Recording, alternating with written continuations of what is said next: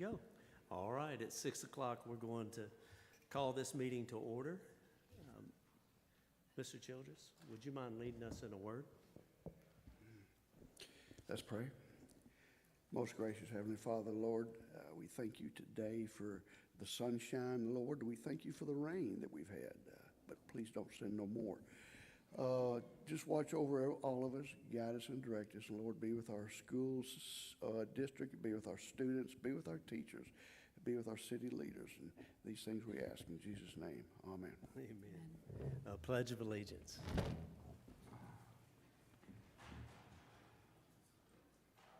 Allegiance to the flag of the United States of America and to the republic for which it stands, one nation, under God, indivisible, with liberty and justice for all.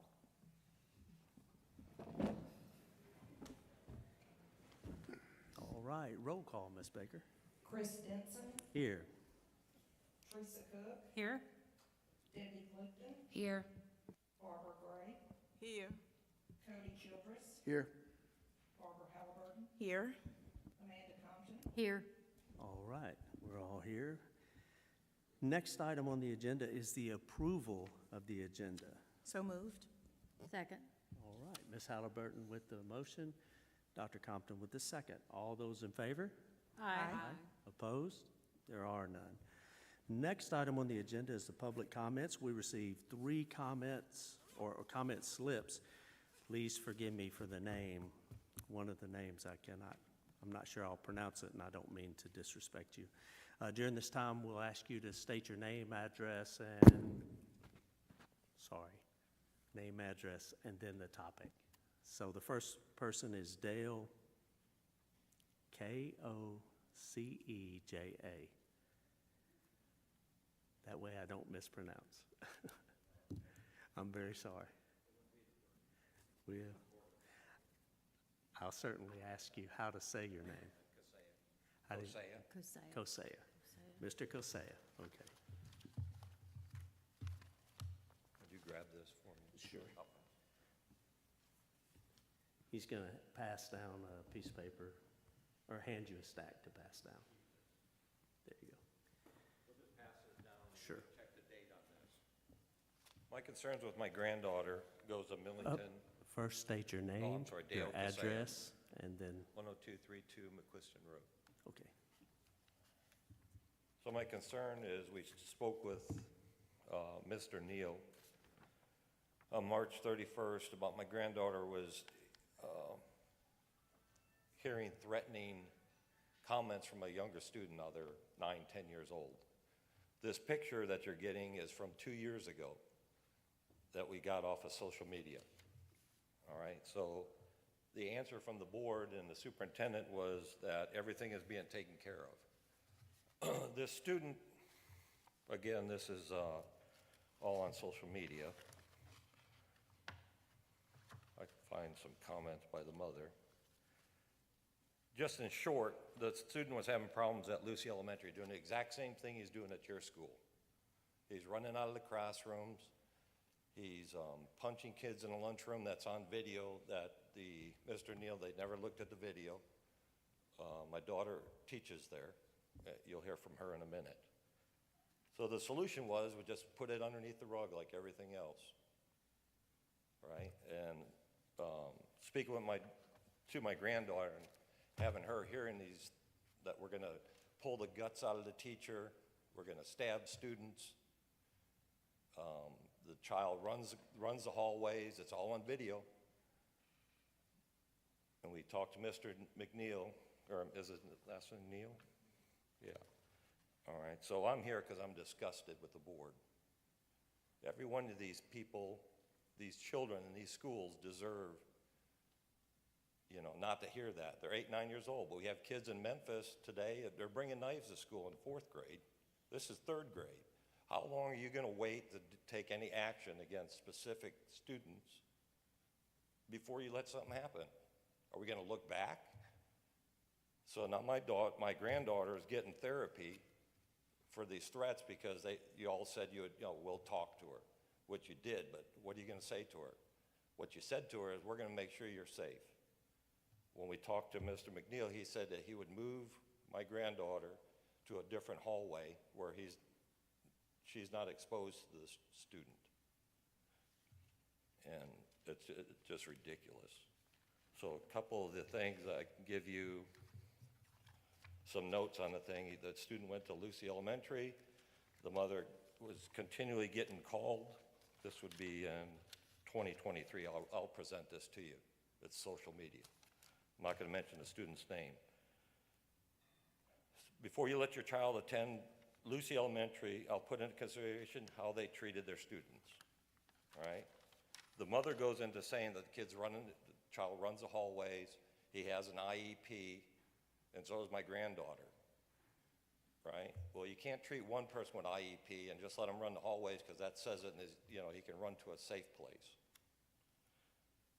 So the mother states that, the IEPs. I'm going to submit this to y'all, all right? She also states that the child has hit kids, violated other students, and this was 2023. Let's see. Parent states he hardly hears from his teachers. I never get replies. I get told by his folder at the end of the day how horrible it was.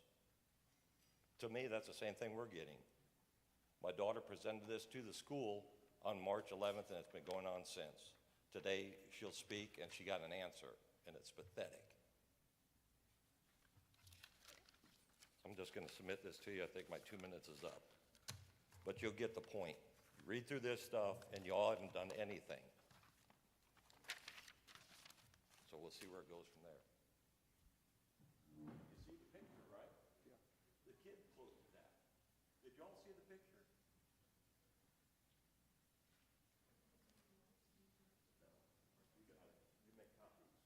Yeah, I'll take it.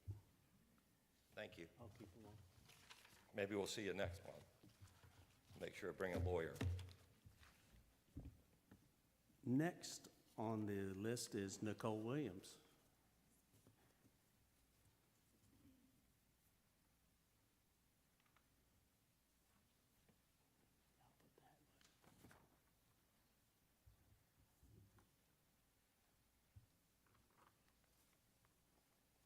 Good evening, my name's Nicole Williams, 8525 McCullough Road in Millington.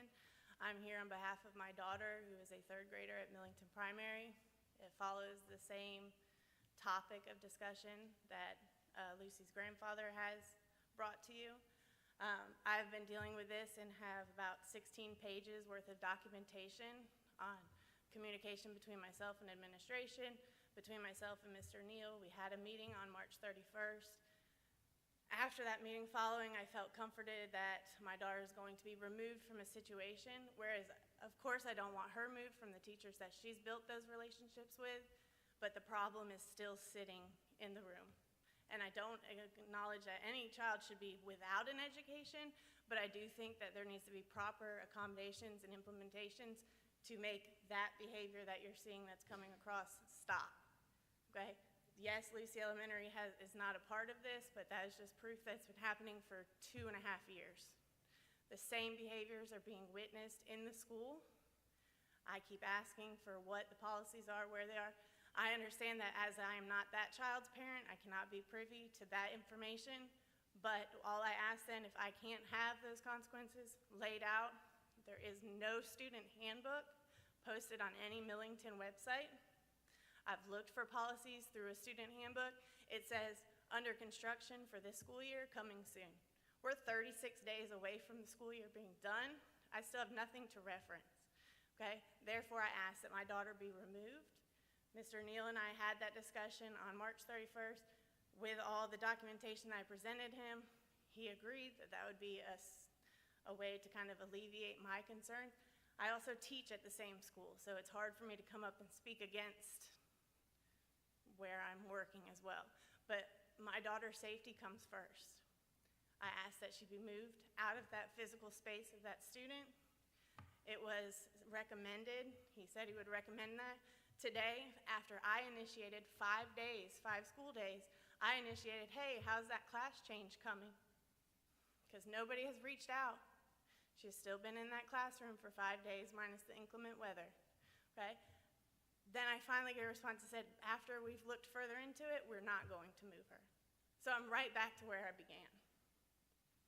I'm supposed to be pushing all these TCAP scores, pushing all this testing for the students in my classroom, but this is what I'm sitting with concerned. And getting very, having me initiate conversations. And for that, I just want to bring that up. My daughter also has an IEP that states that distractions are supposed to be minimized, and she's worried that that student's going to walk into her classroom at any moment, and that student scares her for proper reasons. So I'm just looking for a solution. I want it for all students. I don't think they should be subjected to that. But if I can't, I have to advocate for my own child. And that's where we are today. So I disagree with being told one thing, waiting for communication, initiating, and then having been told that that's not going to happen.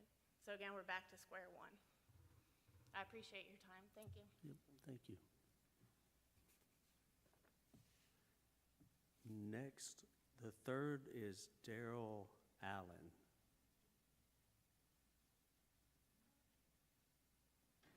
There he is. Oh, not Daryl Allen. Did I mispronounce that? Okay, by accident. So, okay, after hearing the comments, if there's no further and we don't have any more, we'll certainly take these things under advisement and discuss. We don't normally respond to comments and questions.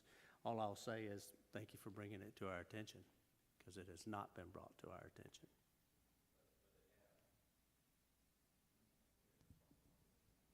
That's it. That's it. I'll entertain a motion to close public comments. So moved. Second. Mr. Childress with the motion, Ms. Halliburton with the second. Next item on the agenda is the consent agenda. In this consent agenda, we have two parts, A and B. Part A is the recommended approval of March 3rd, 2025 Board of Education meeting minutes. Part B is the designation that the following Board of Education policies in Section 5 as listed are corrected, or correct as listed. Entertain a motion and a second. So moved. That was a tie. Okay, either. Dr. Compton with the motion, Ms. Gray with the second. Any comments or questions? All those in favor? Aye. Opposed? There are none. Next item on the agenda, item 8, is Director of Schools report. Mr. Griffin. Thank you, Mr. Chairman. Of course, want to first and foremost recognize our students and staff of the month, and we'll start with Ms. Perkins from the primary school.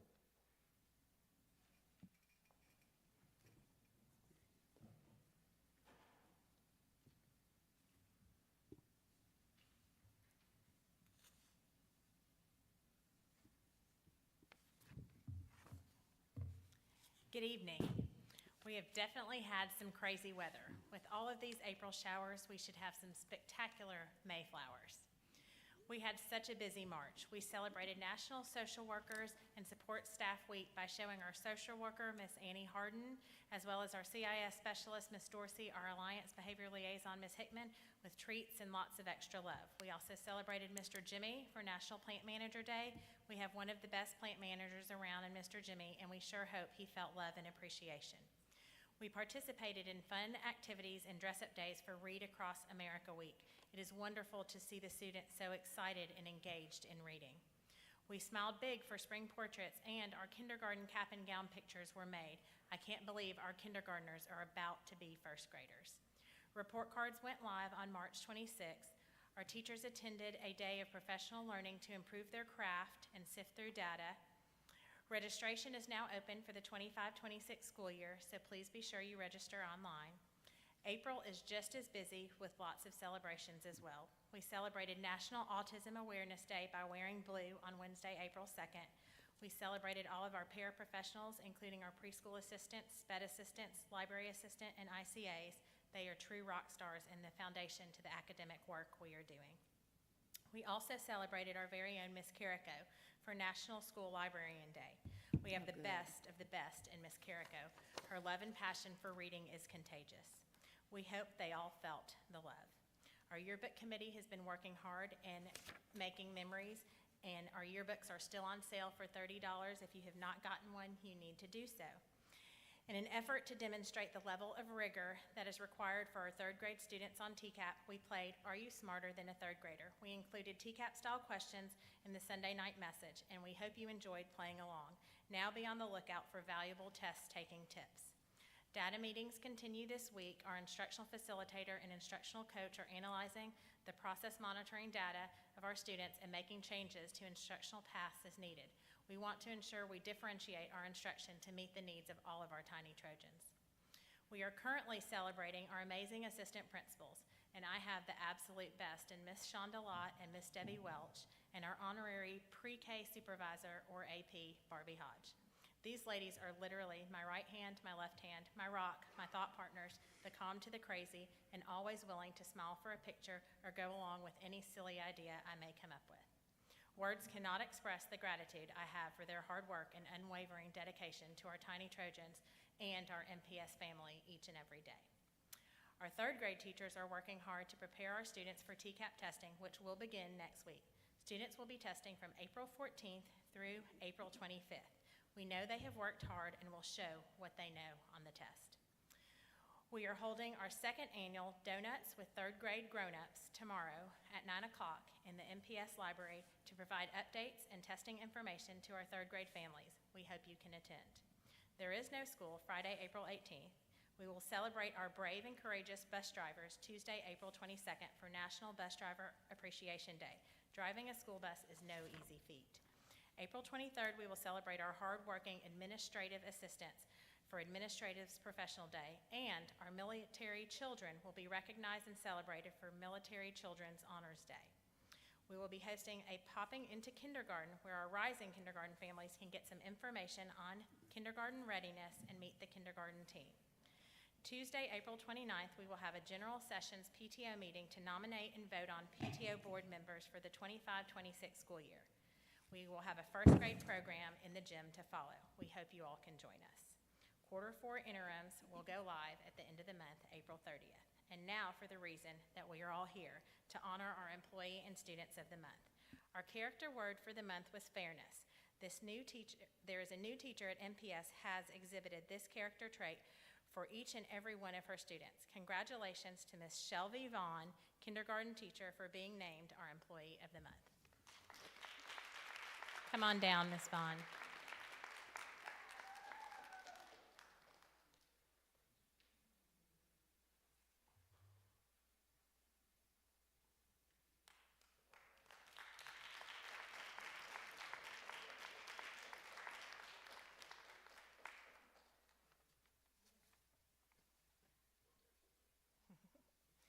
All right, our preschool students of the month, Kalia Johnson.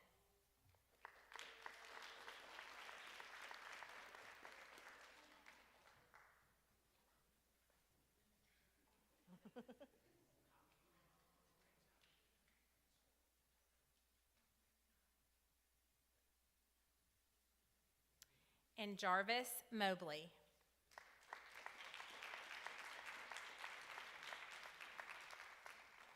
In kindergarten, we have Jackson Wade.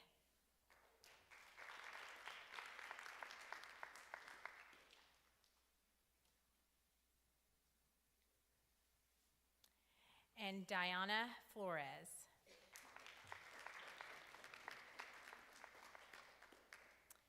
In first grade, Dominic Aguilar.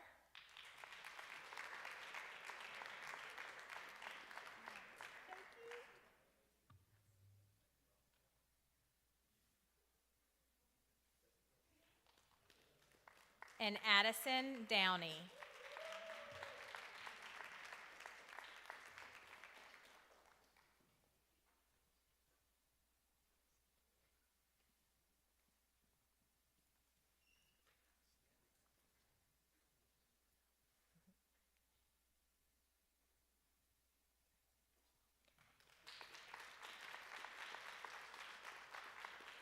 In second grade, Grayson Ilbrink.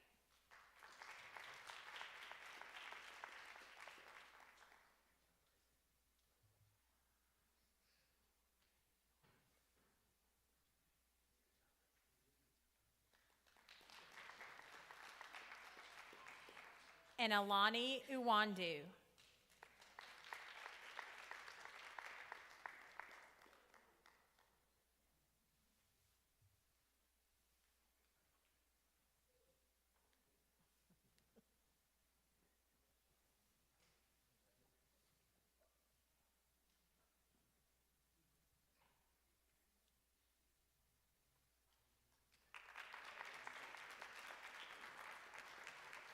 In third grade, Win Pham.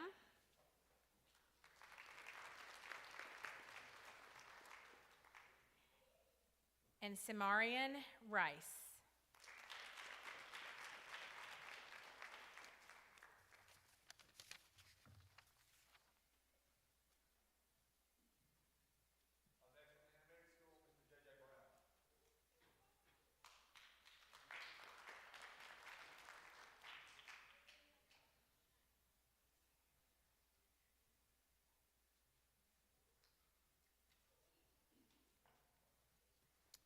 Hey, good morning, good evening, board members. Been a long day, a lot of meetings today.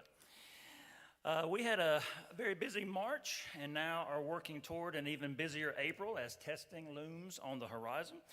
This week brings the last 2 after-school tutoring sessions for our 4th graders.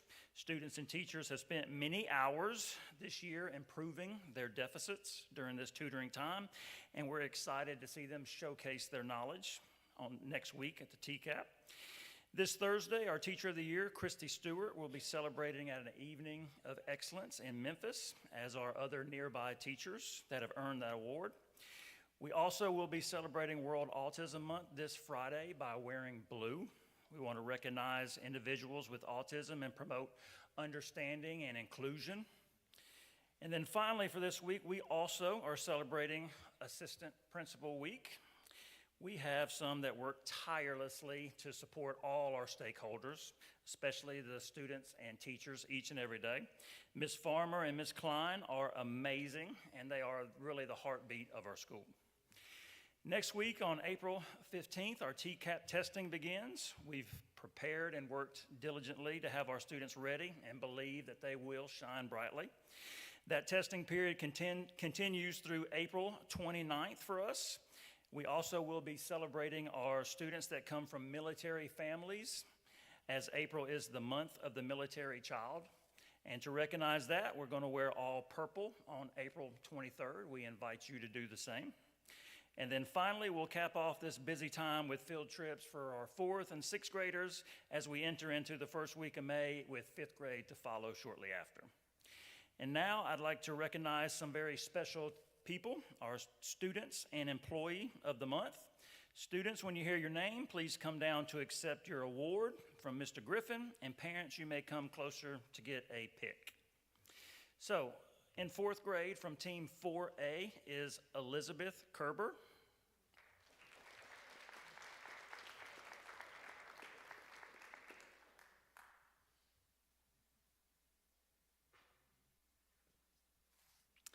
From 4B is Peyton Black.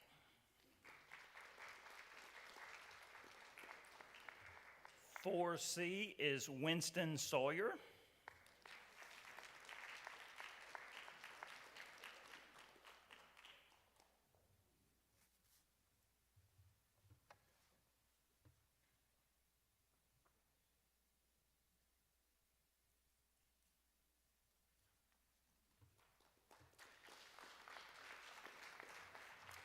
In 5th grade from Team 5A is Coy Pham.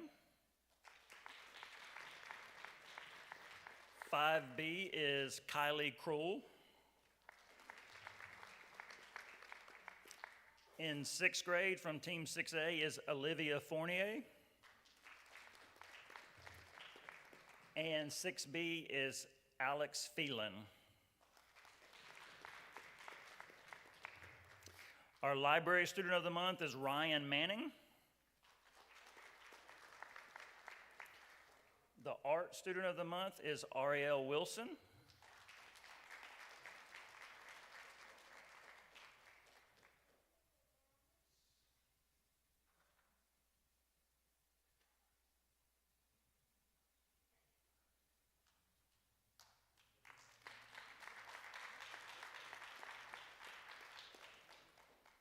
Our music student of the month is Sky Kennedy. And finally, for PE, Mr. Sean Lee.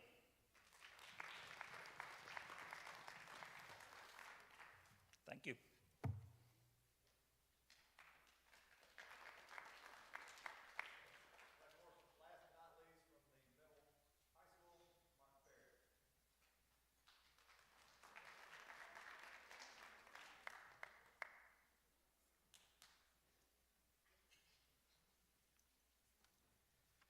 Good evening.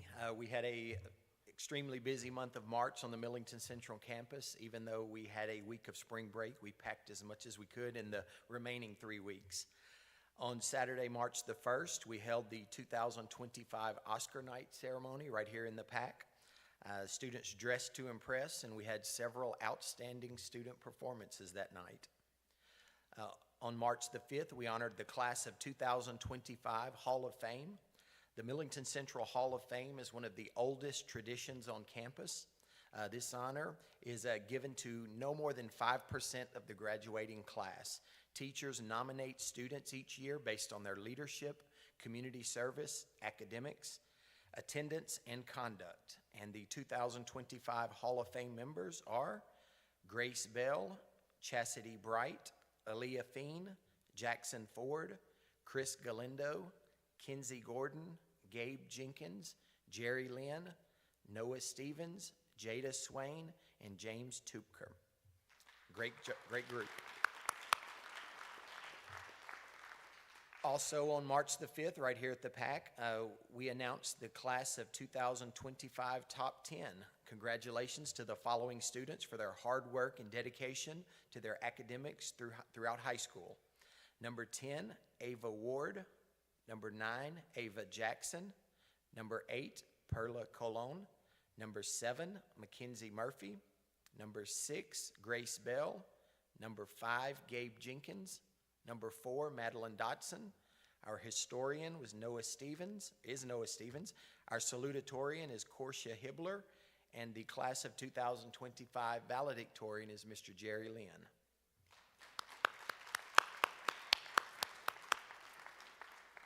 The Millington Central Band performed at the WTS BOA concert assessment at West Collierville Middle School in March.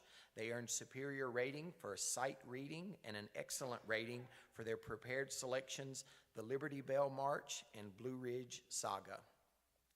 In March, the students completed their final case assessment, and our teachers met for their final Teacher Professional Development Day for the year. Teachers reviewed the case results and planned the final push before state testing.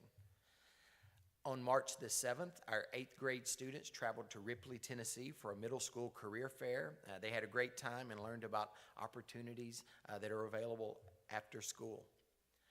The Millington Central Fine Arts classes were very busy in March. The Trojan Theater Department held 4 performances for their spring play, The Guy Who Didn't Like Musicals, right here in the PAC. The students worked hard and did an outstanding job. The Trojan piano classes held their 3rd annual piano showcase right here in the PAC. 7th through 12th grade students performed various pieces. There was something for everyone. We have first-year beginner students all the way to students who played piano their entire lives, so it was a great night to showcase that program. The Trojan art classes are currently holding their annual silent art auction. The Trojan choir and band programs are busy preparing for their upcoming spring performances right here in the PAC. Our CTE department sent 5 students to the Tennessee State HOSA Leadership Conference. Congratulations to Charlotte Griffin, Chastity Bright, Jada Swain, Michaela Wilston, and Alexis Wicks.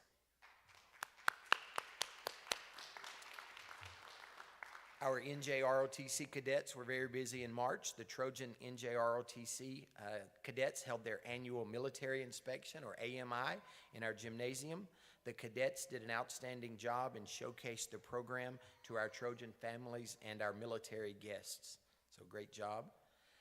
Trojan spring sports are going strong. We have both middle school and high school boys and girls tennis, track and field, baseball, softball, and then we also have boys soccer, middle school and high school, and then high school girls flag football in season. I would like to say a big congratulations to Trojan track standout Tayshawn Dye. In March, Tayshawn competed in the Nike Indoor Nationals in New York. He was the national runner-up in both the long jump and triple jump. He earned Nike All-American honors, as well as a spot on the Nike Elite team that will be traveling to Japan this summer to compete in the Under-20 World Championship.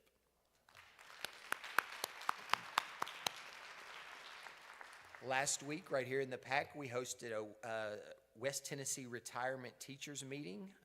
The Millington Central culinary class prepared lunch for the group. It was a great day to meet some veteran teachers and showcase our school at the same time. So thank you, Ms. Gray, for allowing us to host. It was a great day.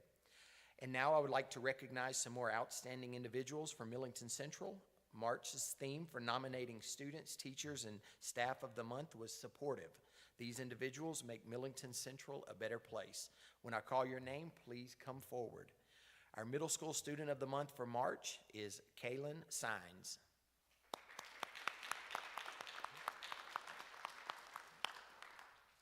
Our high school student of the month is Daryl Allen.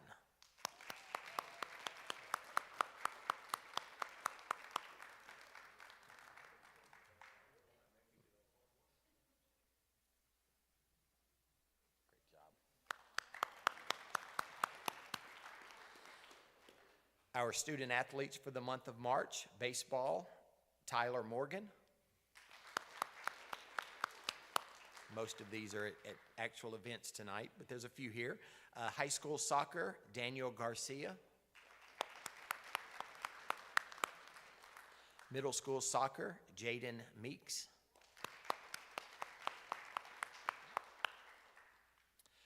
High school softball, Haley Stevens. Middle school softball, Layla Deaton. High school track, Justin Christopher.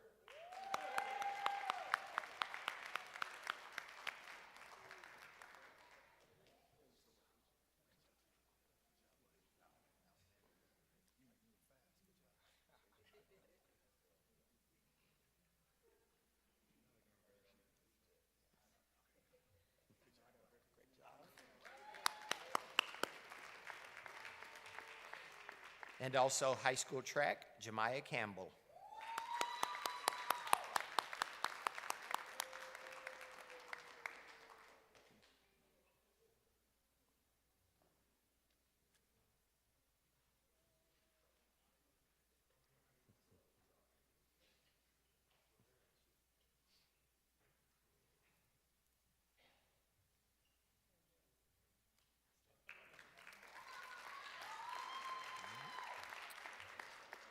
Our educators for the month of March, middle school is our middle school social worker, Miss Letisa Douglas. High school is our high school social worker, Mr. Neil Bogan. Our support staff for the month of March is our attendance operator, Miss Cynthia Anguiano. Thank you.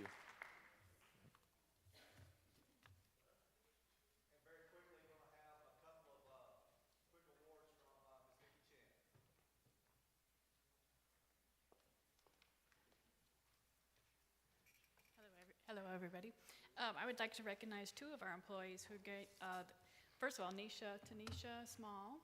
She achieved her level 1 certificate in school nutrition, which has taken 16 hours of classes on her own to get her level 1 certificate. Miss Lott.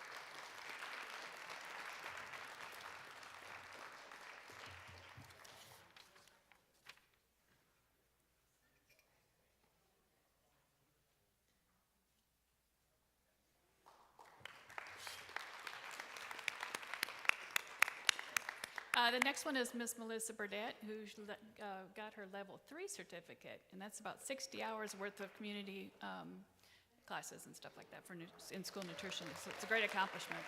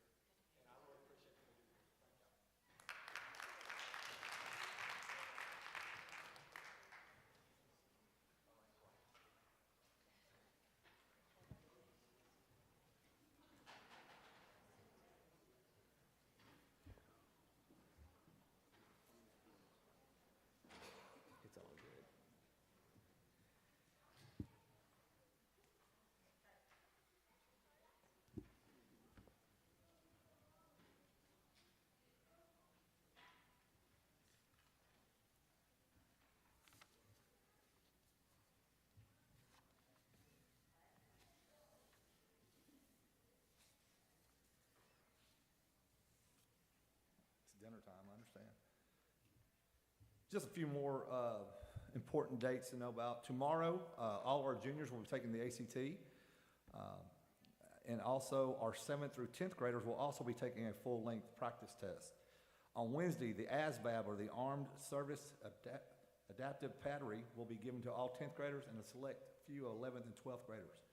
This ASVAB is very important for military service, and just to let everybody know, I am proud to say we have had our 6th cadet in the last 11 years be admitted to the Naval Academy in the last 11 years, so that's pretty impressive.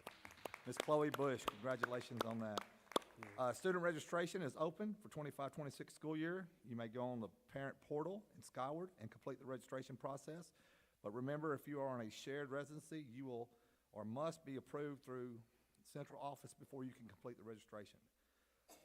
It's been said over and over again, it is testing season, April 15th through May the 3rd. So our teachers are working above and beyond the call of duty like they do every day, but really getting ready for our TCAP test and our EOCs. Graduation is May 8th at 7 p.m. We'll be on the football field.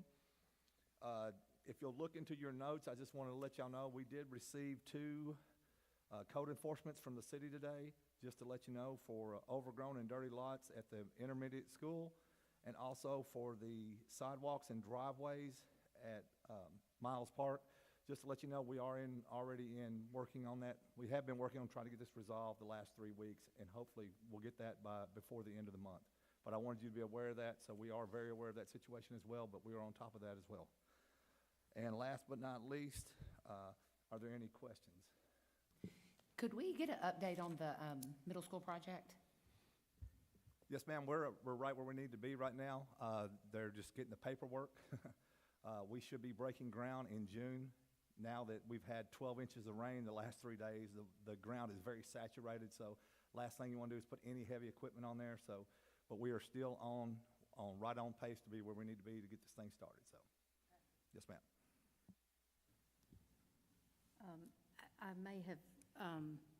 I may not be remembering this correctly, but I think at the work session you said you had a meeting set up with Dr. Richmond from Memphis-Shelby County. It was about the status of Lucy? Yes, ma'am.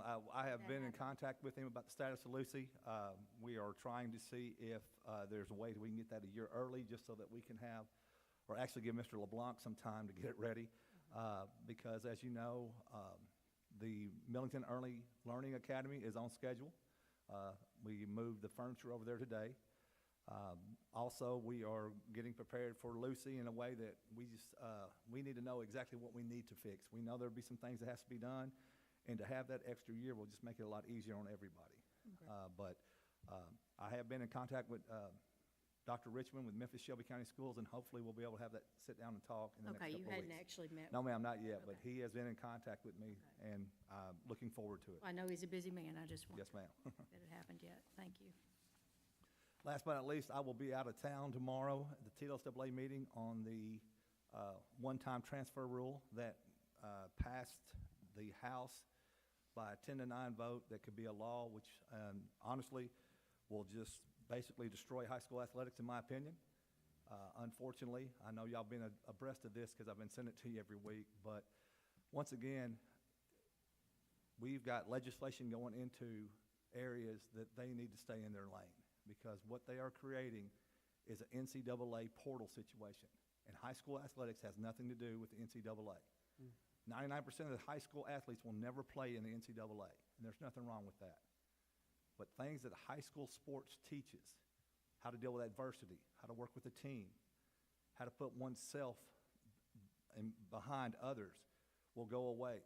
If you get a one-time transfer rule, it will take all the power out of the principal's hands in trying to mandate the eligibility rule. And I'll be honest with you, if I was still a principal, I would not answer any eligibility rules. They would just go and be eligible immediately because of lawsuits. And that's what's going to happen. It's already been shown in the state of Arkansas that did this last year. They are already begging their legislators to change the rule back. But this is something that will be on the House floor this week. I will go by and see, hopefully, our senators and state representatives again tomorrow and see if we can get them to vote no on that, because it will actually destroy the true essence of high school athletics. Thank you. All right, if there's no further questions, we'll move on. We'll close the director's report. Next item on the agenda is recommended approval of fiscal year 2025-2026 annual budget. So move. Second. Mr. Childress with the motion, Ms. Gray with the second. Mr. Torres? Good evening, Board. I will not bore you guys with the 20-page presentation that I shared with you guys at the work session, but I will just highlight some information for the public that may be listening or those that are here. Just to let you guys know where we currently are.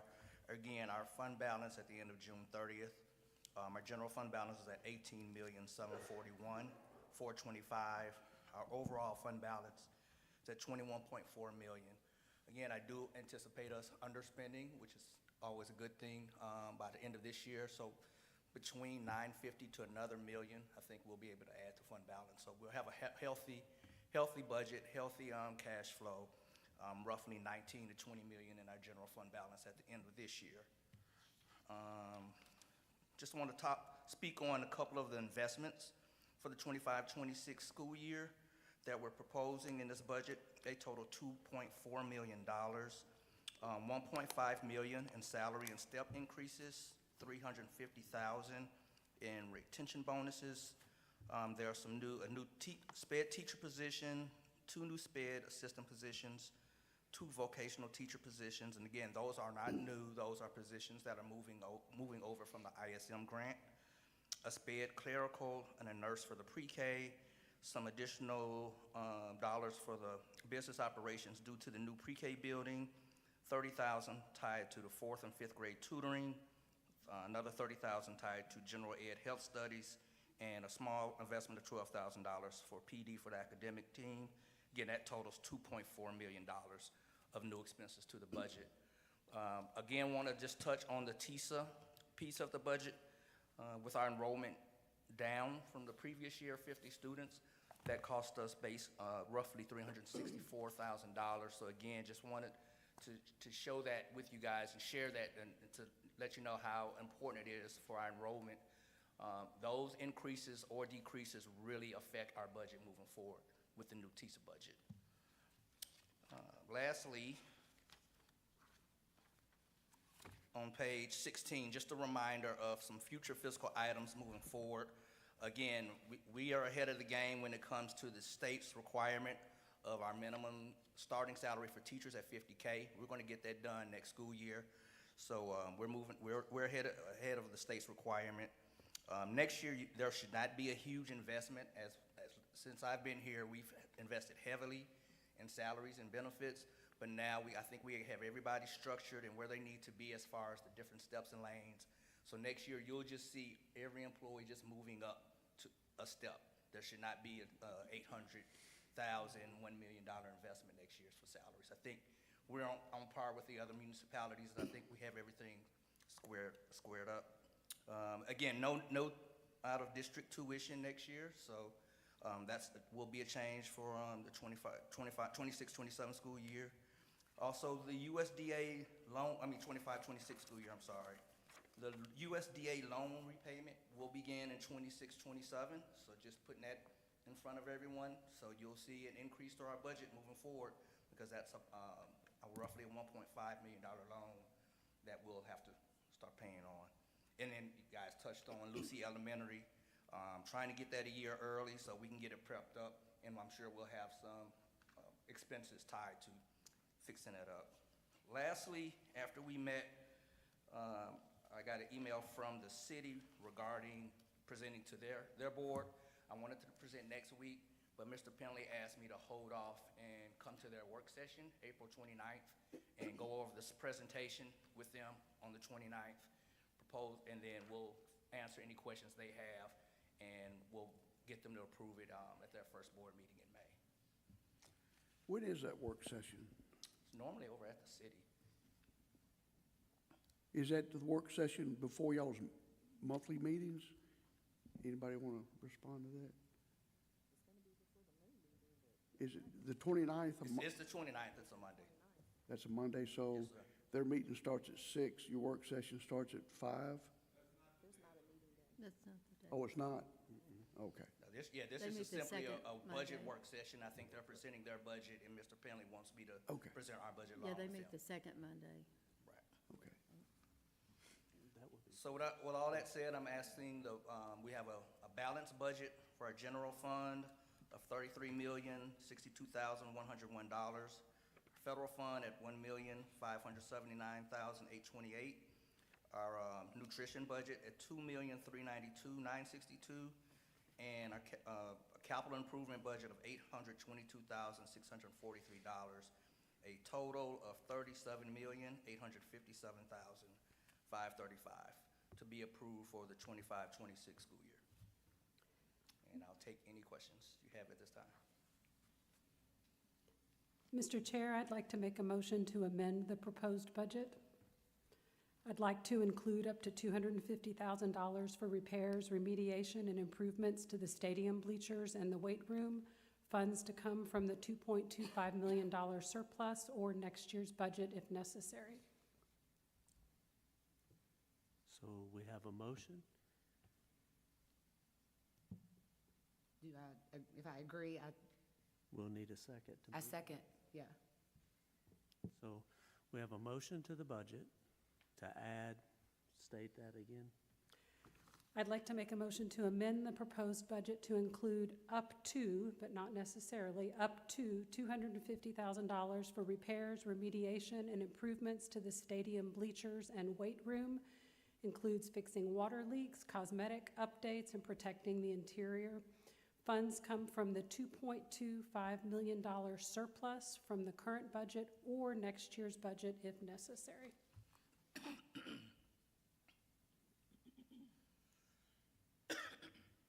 And now would be the time for questions and discussions on that. If I can just respond to that real quick. So what that would mean would be, those funds would go into our fund balance next year. So that would mean us going into fund balance, once this year is over and next year starts, and then I'd have to bring an amendment to the board in July to say, hey, whatever the dollar amount you guys agree to dip into fund balance to add to this budget. Because right now, I don't have another area to offset this additional $250,000 from. We have items that are on the list that we're prepaying for next year, including, $100,000 for CTE, spring stipends, textbook adoptions, all Memphis for $450,000. So the remaining balance for this year is the $2.25 million.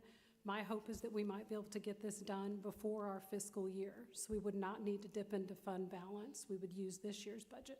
So we would need a detailed list of what we're asking to get done. And again, I don't know the details of if that'll be supplies and equipment that we'll need here to get done, but all that work would have to be completed by June 30th if we're using this year's dollars.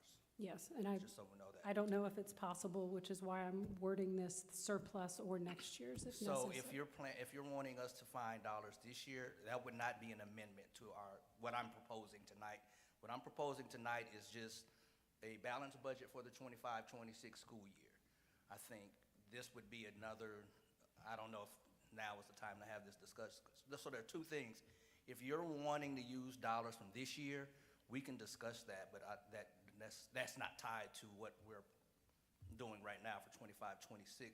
If your proposal then is to go into fund balance, then that's something we can discuss, and then I'll plan to do that in July. But again, I'll turn it back over to you. I'm not sure from the parliamentary procedure perspective if I've done this correctly, but I would like to. There's two parts. One is if you're looking to utilize funds that's not next year, then that motion wouldn't stand. If you want to pre-make the motion for this budget to include that $250,000, then your motion would stand and we would vote to increase this budget. Vote to accept that amendment to increase this budget, and it would not impact his ability. Well, let me change the way I just said that. That would not free up for him this year, that money. We would still have to make. It would go into fund balance and then come out. Okay, then I'll amend my motion to say that it would be part of next year's budget. So the motion as it stands, read that out to make sure, we want to make sure we do. Amend the proposed budget to include up to $250,000 for repairs, remediation, and improvements to the stadium bleachers and weight room. Mr. Curry, could I ask one question? Would you go back over what the fund balance is for this year and then proposed for next year? So at the end of current- 2024, our general fund balance was 18,741,000. Okay. There are other departments that have fund balance. So your nutrition has a fund balance of 1.4, which we can't use right now, and then the capital is 1.2, but overall 21.4. Again, I anticipate us coming under somewhat, so I do see that increasing for 24-25 fund balance. So 21.4 Is our overall fund balance. overall fund balance. But I think these items would neither come from general fund, which is 18.7 Okay. million, or the capital at 1.2. General fund was 18, okay. I know that we've discussed this in a work session on the issues that we've got over there. You going to enlighten us on that, Mr. LeBlanc? Board, if you excuse me just for a minute, I'd like to address Mrs. Cook's amendment. You're wanting to use some money to renovate the football stadium and have it done before August for our football 100-year. No, I don't have a timeline in place. I If- mean, I would not say renovate, I would say remediate. Remediate, and I understand that. So the surplus funds that are used, that are in this year's budget, those, if we was to use that project would have to be done, like Mr. Curry said, by June 30th. And that could be done. Now, if you go to use next year's funds, do the year amendment, and put it on next year's budget, he'll have to come in front of y'all in August after we start the budget, and you'll have to approve the amendment, and we won't be able to start work until after that, which brings us into the fall football season and stuff like that. So you won't see work on the stadium until probably late spring, which is track, and we won't be able to do it again the next summer. So if it's something that particularly you would like for us to get before June 30th, there's some things we can accomplish before then. So. Then I need some assistance with how to make a proposal for that. Well, I mean, you wouldn't have to. Now, this is something you could have a discussion with your board and the CFO outside of this amendment. This is the 25-26. We could take care of that with the 24-25 budget surplus. So would that be in the context of a work session and then at the next meeting we bring it? Correct. Okay. So our biggest need, not necessarily want, but a need over there is the leakage from the stadium down into the weight room. Is that correct? Correct. All the expansion joints on the 70-plus-year-old stadium needs to be redone. Okay. We need to completely rip them out and redo them and make it watertight. Any idea on a time frame what that might take? It would be about 3 to 4 weeks. Okay. On that, just for that part. Right. Correct. Okay, thank you. One other question, because I know part of the discussion with this has been grant money that we're waiting on potentially. If that grant money came in 2 years, we could use that for other projects later, correct? Not if it's earmarked for that. No, ma'am, not if it's earmarked. However, I have written the grant to where it is also in academics as well, so that we can, if we need to, be able to move money into general funds so that we can take care of some of those problems. Unfortunately, with what has happened at the federal level, everything's been put on stop, and that's my biggest concern.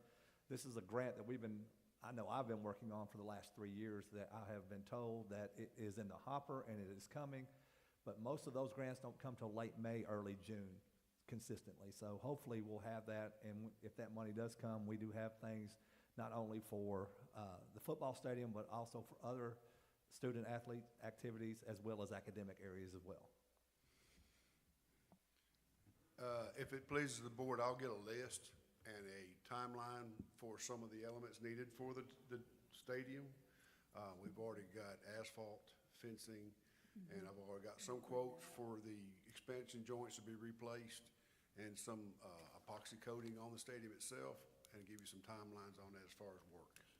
Mr. LeBlanc, I think we talked some about this at the last work session, and I remember something about some renovations to the field house or something. That was kind of one of the proposals. Well, And, that's I mean, with I think some- we talked about getting some lists and stuff together at that point. Yes, I'm ma'am. not remembering There's a lot of everything, lists we need. Right. I mean, we have the stadium, which you're talking about, just the stand structure with the weight rooms up under it and some Uh-huh. locker rooms up under it. Then you're talking about the field house, which is a separate building. Right. Down at the north end. Yes, we have lists for both of them.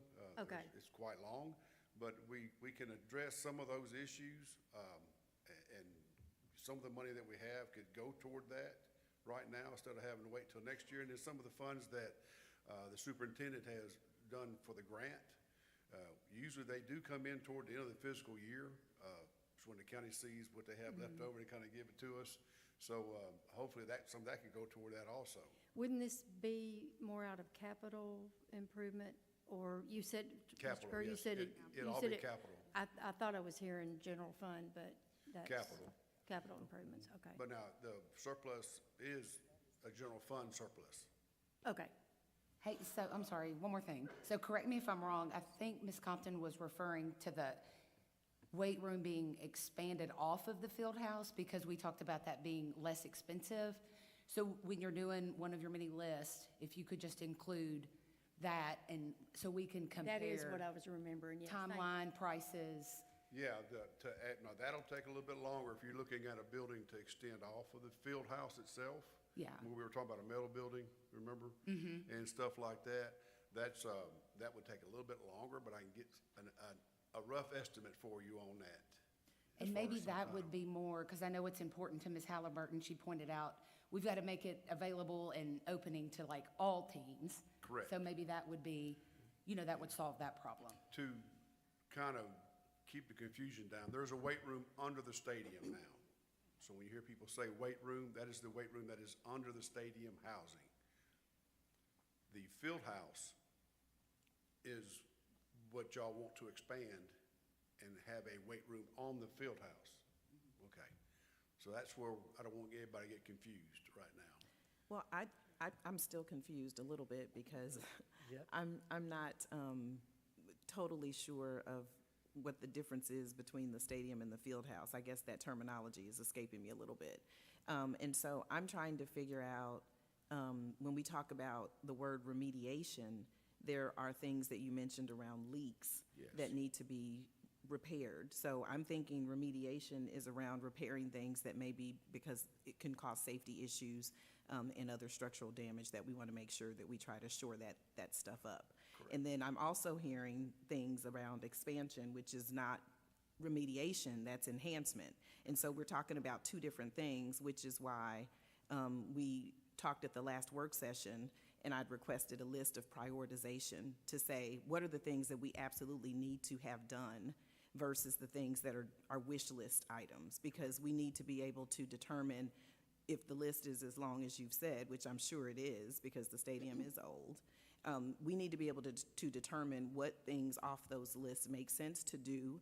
If that means it's a phased plan where we do some things now, some things later, we need to figure out what those buckets look like and how much money we're talking about in each of those buckets.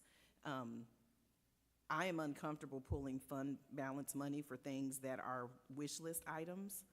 And so I think I would be much more comfortable having a conversation where we can actually see numbers, project items, and be able to make some informed decisions about what we want to fix, when we want to fix, when we want to enhance or expand. A couple of different conversations that I think need to happen outside of this conversation, which is supposed to be about next year's budget. Right. Correct. And that list is in the process. I've started that, breaking everything out, each element of the remediation for the things that need to be taken care of, and also now the want list, pretty much is what we have. So you're absolutely correct. And when this conversation, go back to my seat. Thank you, sir. So we're going to reel this back in. If I can just address Board Members Halliburton's point, I'm daily looking at where we are for those projections. So as soon as Phil gets that list to me, we can start looking at things to say, hey, what can we afford to pay out of this year's budget and what's too big, and we probably need to just hold off and at a later date. But we're gonna work together on that, for sure.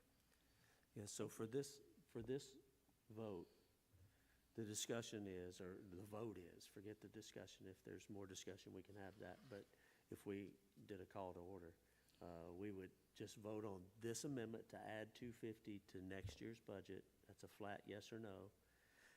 Or you go ahead and state the the order. motion can be withdrawn. The motion can be I withdrawn. withdraw the motion. Perfect. Perfect, because it makes sense for us to leverage what could be left over to do remediation that it's immediate and needed right now. And then to Ms. Halliburton's point and to Ms. Cook, and I believe Ms. Clifton has the same desire, we definitely have, we call it a wish list, but we have a desire for our athletes, all athletes, not just our football team, to have a facility that will encompass what they need for exercise and for gathering out of the elements to lift weights and do other things. And I know that Phil is working on that, I know as Bo is, but I don't believe that should be a vote, a part of our budget tonight. So with that, it sounds like Ms. Cook has withdrawn that motion. So we're right back to the budget as presented, and the budget as presented is the one-page list that I believe we have. That is the adopted budget, a balanced budget, as Mr. Curry said. Mr. Torres. That's fine. I said Curry. Call. Let's go ahead and call. for the Ready? All right. Roll call, please. Barbara Halliburton, Aye. Amanda Compton, Aye. Chris Benson, Aye. Teresa Cook, Aye. Debbie Clifton, Aye. Barbara Gray, Aye. Cody Childress, Aye. That motion passes. Thank you for that discussion. We certainly want to look at the future as well. There's nothing wrong with hearty discussion. Next item on the agenda is the recommended approval of the MMSD BOE resolution, which is 2025-01. I need a motion and a second. So moved. Second. Ms. Gray with the motion and Ms. Cook with the second. Any discussion, or I should read this, shouldn't I? If everyone is in agreement, then I'll read this resolution. This resolution is directly tied to the Education Freedom Act. So I'll take a few minutes, if you guys are comfortable with this, to read it out. It needs to be read into the record. This is the Millington Municipal School Board of Education Resolution 2025-01, a resolution of the Millington Municipal School Board of Education expressing the required affirmation that MMSD Board of Education would like to participate in Section 4 of the Education Freedom Act of 2025. Whereas the Tennessee General Assembly passed the Education Freedom Act of 2025 during the first extraordinary session of the 114th General Assembly, and whereas Section 4 of said law provides that the Department of Education shall award a one-time bonus in the amount that is no less than $2,000 to each teacher employed in a pre-kindergarten through 12 public school in the state for the 24-25 school year. And whereas the aforementioned law provides in Section 4 that teacher, that's in quotations, has the same meaning as existing educator, as the term is defined in TSA Code annotated 49-3-104. And whereas Section 4 of the law said also, I misread that, whereas Section 4 of said law also provides that in order to receive funds from the department for purposes of awarding the teacher bonuses described in subsection, quotations A, the local Board of Education for the LEA must first adopt a resolution affirming that the LEA would like to participate in Section 4 of the Education Freedom Act of 2025. And whereas although Millington Municipal School Board of Education opposes vouchers, it does not wish for its opposition to vouchers to prevent the Millington Board of Education teachers from receiving the aforementioned $2,000 bonus. Now therefore be it resolved that because the Millington Municipal Schools Board of Education does not want its opposition to vouchers to prevent its teachers from receiving the $2,000 set forth in the Education Freedom Act of 2024, the Millington Municipal Schools Board of Education hereby expresses its affirmation that MMSD Board of Education would like to participate in Section 4 of said act, adopted this 7th day of April 2025. I will not read that again. That's a lot of wherefore and whereas. But in the short form is that we don't want our teachers to miss an opportunity. And so, though we're submitting for this resolution, we are in no way saying we support the voucher system. And Mr. Denson, did we get clarification of exactly what their definition of teacher is?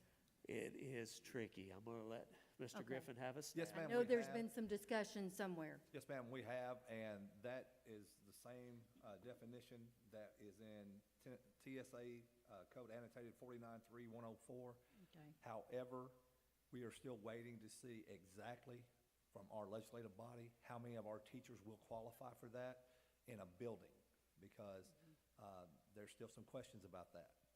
They still have not, they just keep saying, well, a teacher's a teacher. Well, what is your definition of a teacher? Right. That's for the part they didn't think. That's the part they didn't think through. Once again, this is the, how do I say this and be politically correct? This is the offering that they gave forth on the vouchers. Once They again, did include pre-K at Pre-K this time. which they didn't before. But, once again, I do appreciate the language in here about how we do not support vouchers, because Yeah. vouchers definitely do not support public education in any way, form, fashion possible. So I think this is meeting their demands, and that way we can take care of our teachers on. This bonus is coming directly from the State Department. We have nothing else we could do with it. So, that is directly to those teachers. This is a whole lot like kissing a frog. Well, for the teachers, it'll be a positive. It's going to create a different scenario that we'll discuss at a later date, once we know. And Ms. Spade has been nothing but transparent with me throughout the question part, because I've had questions about what is the definition. And when I said tricky, it's because we're waiting on state returns. Ms. Spade has been And very. we are also waiting on, this will be teachers next year, Right. not this year. So that could be a little different too. It's going to be a little difficult. Let's say we have a teacher that decides to transfer to another school district. Well, that teacher will be into that district, so. You knew Yeah. you'd get her out There's a of lot, the seat yeah. with that. Y'all did that on purpose. I No. did. So they did very specifically say pre-K teachers, interventionists, school counselors, library media specialists are all included. And special education as well. Anybody that's direct instruction inside a school Okay. building. Okay. And that is in 10 Compass, specifically Okay. staffed under a school, and listed as teacher. Okay. The ones that are absolutely off the table is administration. And then it says instructional supervisor.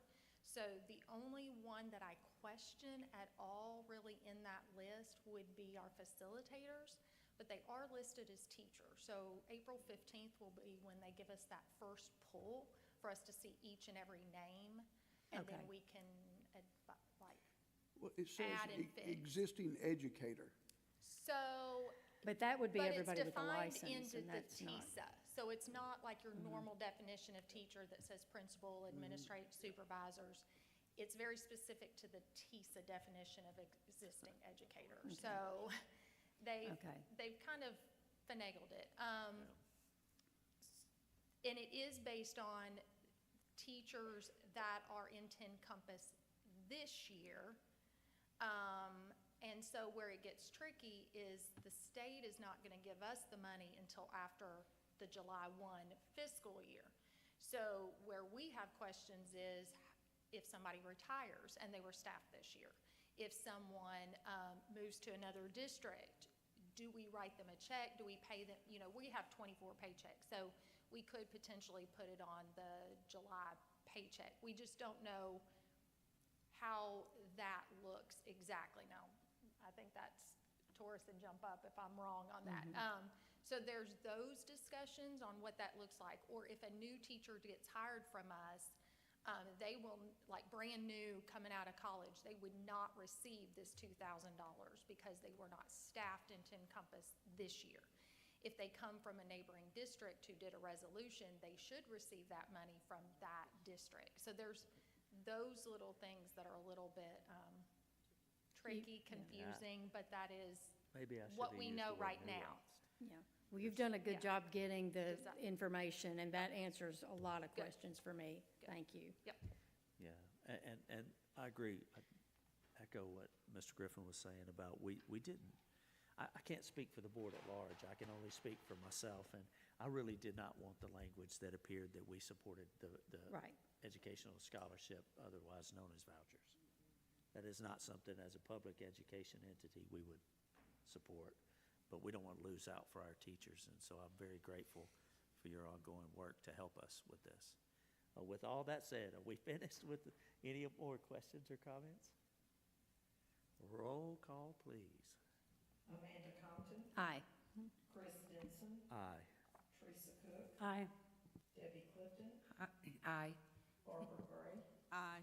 Cody Childress, Aye. Barbara Halliburton. Aye. It's a bitter pill. That motion passes. Next item on the agenda is the recommended approval of modification of Board of Education policies in one reading. 5.106, application and employment. 5.117, teacher tenure. 5.303, personal and professional leave. 5.305, family and medical leave. 5.310, vacations and holidays. I'll entertain a motion in a second. So moved. Second. Dr. Compton with the motion, the tie, Ms. Gray with the second. Any comments, concerns? We went over these. All right. All those in favor? Aye. Aye. All those opposed? None. The ayes have it. Next item on the agenda is the recommended approval of the deletion of Board of Education policy in one reading. 5.3051, temporary COVID-19 leave. Do I have a second? So moved. A motion and a second. Second. Cody with the motion, Ms. Halliburton with the second. Any comments? Hopefully, we never have to go back to that. Yes, for real. We needed to clean this up, and so this is our opportunity to delete this, so. All those in favor? Aye. Those opposed? None. The ayes have it. This is the favorite item on the agenda. I'll entertain a motion for adjournment. So moved. Whoop. You have a comment? Well, no, I just had something else on the computer that wasn't on here. Oh, whoop. The teacher tenure, did that get taken off? That was that was 5.17. Oh, that was part of that. in the Okay, previous. my bad. Perfect. Now we'll entertain a motion in a second for adjournment. I'll move again. Ms. Halliburton made the motion. Second. Go ahead, Ms. Gray. Ms. Gray made the second. All those in favor? Aye. Against? Not a soul. The ayes have it. Have a good night, y'all.